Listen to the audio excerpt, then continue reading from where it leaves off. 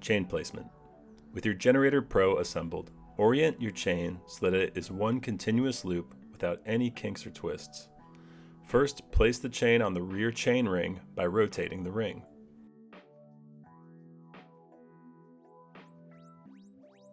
Then, position the right pedal forward and the left pedal back. And finally, hang the chain on the front of the chain guard. Wheel placement. Position the wheel under the frame. Thread the cable through the chain.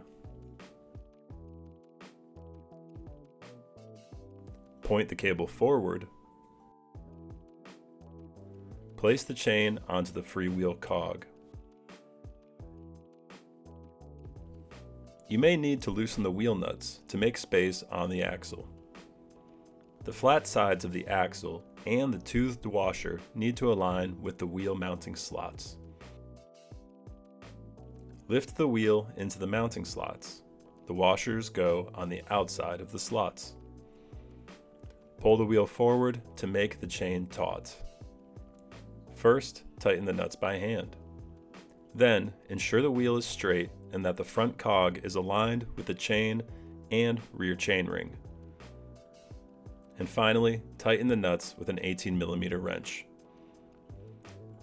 An adjustable wrench can be used, but there's more of a chance of damage or rounding of the nut, so it's not recommended.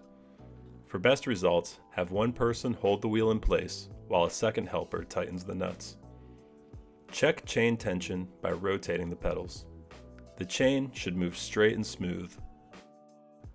The chain should not be loose or sagging. There are several mounting positions for the overvoltage protection circuit.